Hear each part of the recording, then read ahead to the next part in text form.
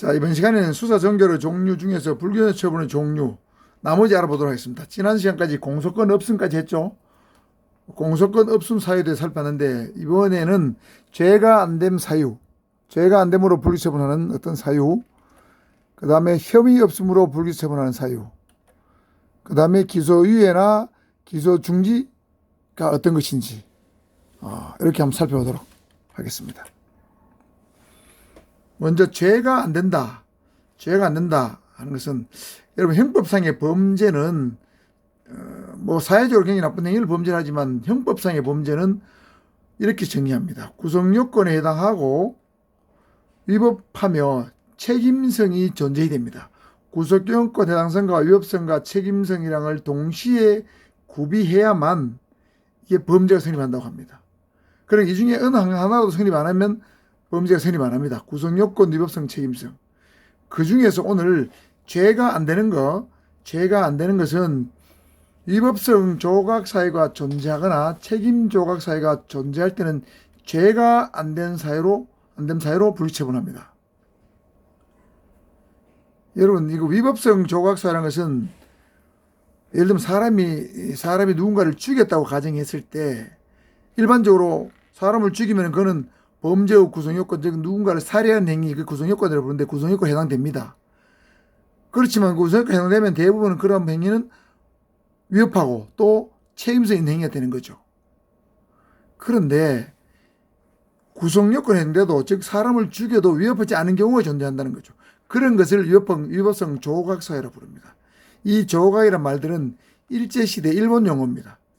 위법성을 배제하는 사유다. 우리말로 해석을 굳이 하자면 위법성이 없어지는 사유, 위법성을 배제하는 사유, 이것을 위법성 조각사유라고 부르는데, 위법성 조각사유가 있으면 죄가 안 됩니다.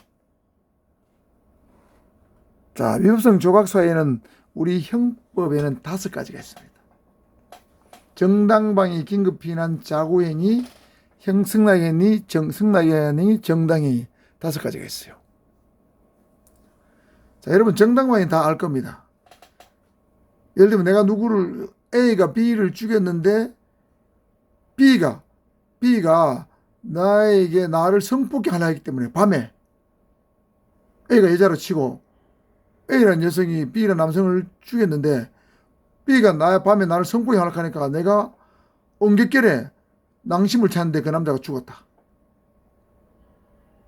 그러면 그건 정당한 행위죠. 정당방위입니다. 내 생명을 보호하기 위해서 어쩔 수 없는 행위죠. 그건 정당방위는 위법성이 없습니다. 그건 죄가 안 되겠죠. 긴급피난입니다.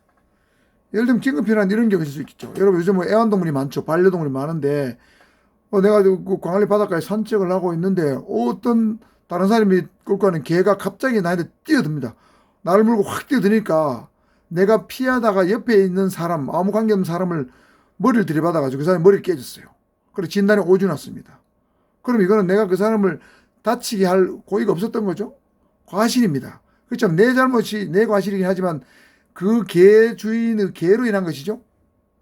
그런 경우는 어쩔 수 없어요. 그럼 내가 내 위난을 피하기 위해서 어쩔 수 없이 타인의 신체에 손상을 가한 거죠. 이런 걸 긴급피난이라고 부릅니다.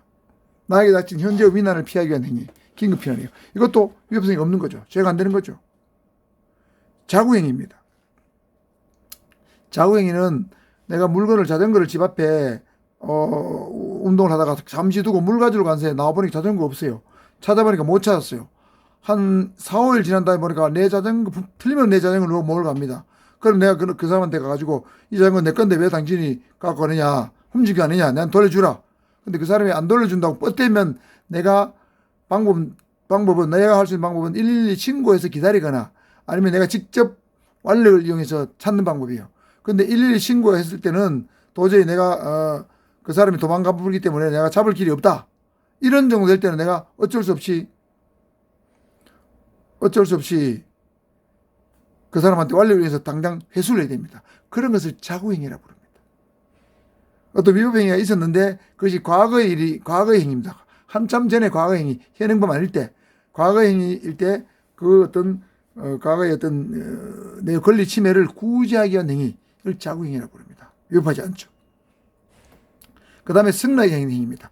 예를 들면 병원에 여러분 수술을 받는다. 의사가 주사를 놓는다. 이건 전부 다 여러분 신체에 손상을 가는 거죠. 그건 여러분 승낙했기 때문에 가능한 거예요.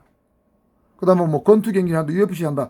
그럼 눈티 방티 맞아도 말이지 시비 안 걸죠. 왜 그건 난 맞아도 이게 달지 않겠다고 승낙해 줬습니다. 상호간에. 이런 걸 승낙행위 행위니까 위법성이 조각됩니다. 그 다음에 정당행위는 예를 들면 경찰관이 영장에서 누굴 체포해 온다. 교도관이 사형을 집행한다. 이거는 법에 의한 행위죠. 법에 의한 행위는 정당행위입니다.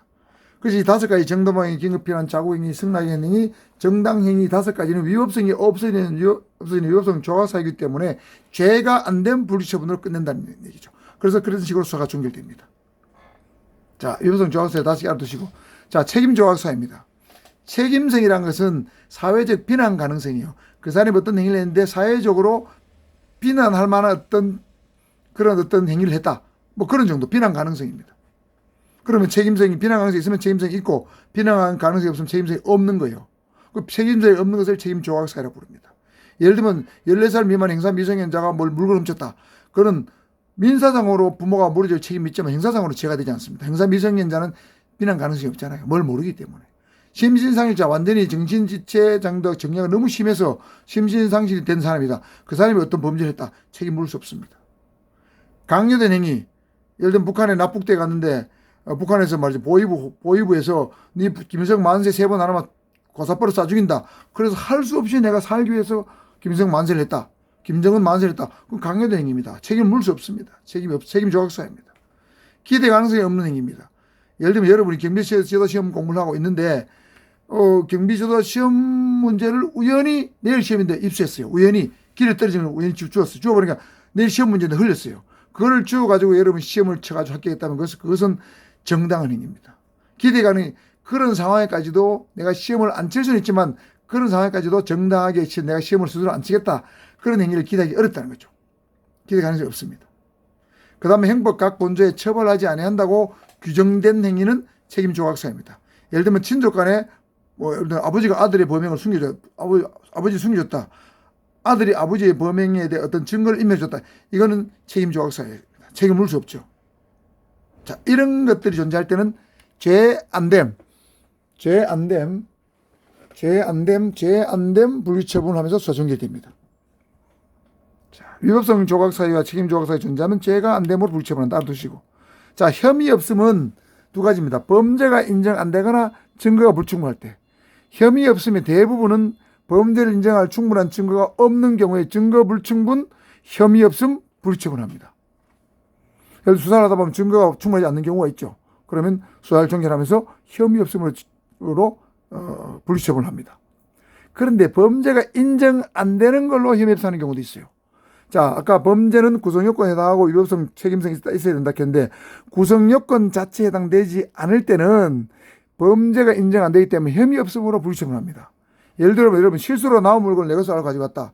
이건 과실절도인데 우리 형법에는 과실절도는 처벌 규정이 없어요. 그러니까 죄가 안 돼요. 구성요건 자체에 해당 안 됩니다. 그러니까 혐의 없음 불기처분해야 됩니다. 여러분 실수로 나무집에 갔다가 고래청자 구경하다가 손이 미끄러져가 고래청자를 깼습니다. 그건 고래청자 값은 민사로 물어줘야 되지만 과실로 깨뜨린 즉 과실 손괴죄는 우리 형법에 처벌 규정이 없어요. 즉 구성요건에 해당 없기 때문에 범죄 인정이 안 되기 때문에 혐의 없음 불기처분해야 됩니다. 자, 이해하셨죠? 다음은 기소유예입니다. 기소유예는 범죄 혐의는 인정됩니다. 그런데 범인의 나이라든가 성격이라든가 지능이라든가 환경이라든가 피해자의 관계라든가 범행의 동기, 수단, 범행의 결과, 피해 규모, 범행 후의 정황 등을 고려해서 공소제기를 검사가 안 하는 거예요. 혐의는 인정되는데 공소제기 안 하는 거예요. 주로 청소년 범죄입니다. 청소년이 마트에 가서 담배 한 거 훔쳤다. 빵 한 2-3개를 훔쳤다. 배고파서. 그런 것들은 범죄 혐의는 인정되죠. 절도는 인정되지만 기소하기에는 좀 약해요. 이런 걸 고려해가지고. 이런 것을 기소유예라고 부릅니다. 제가 경찰 면접 지도하면은 기소유예 받은 사람 제법 있어요. 기소유예 받은 제법 있는데, 기소유예 받으면 경찰이 될 수 있나 묻는데, 지금은 기소유예 받은 것은 경찰이 되는데 문제가 없습니다. 자, 블라인드 면접 때문에. 자, 기소 중지는 피의자가 소재 불명으로 수사 종결이 불가능할 때, 피의자의 소재가 판명될 때까지 또는 피의자가 발견될 때까지 또는 수사기관에 출석할 때까지 수사를 잠정 중지하는 처분입니다. 이걸 수배한다고 그러죠. 보통 수배. 예를 들면 피의자, 예를 들면 고소인한데 피고소인이 출석을 안 합니다. 연락도 안 됩니다. 그러면 어쩔 수 없잖아요. 피의자한테 뭘 물어봐야 되는데 못 물어보니까 그 사람이 나타날 때까지, 출석할 때까지 수배를 내린 거죠. 이걸 기소중지라 부르고, 기소중지된 사람을 기소중지자 또는 수배자 이렇게 부릅니다. 수사의 잠정중지고, 이거는 혐의 인정되는데 공소제기를 안 하는 것이고. 자, 그 다음에 구성요건 해당성이 없거나 증거 불충을 하면 혐의 없음으로 불기처분하고, 위법성 조각사유나 책임 조각사유가 존재하면 죄 안 된 불기처분으로 끝낸다. 자, 이번 시간은 여기까지 하고 수사 종결 종료를 마치도록 하겠습니다. 수고했습니다.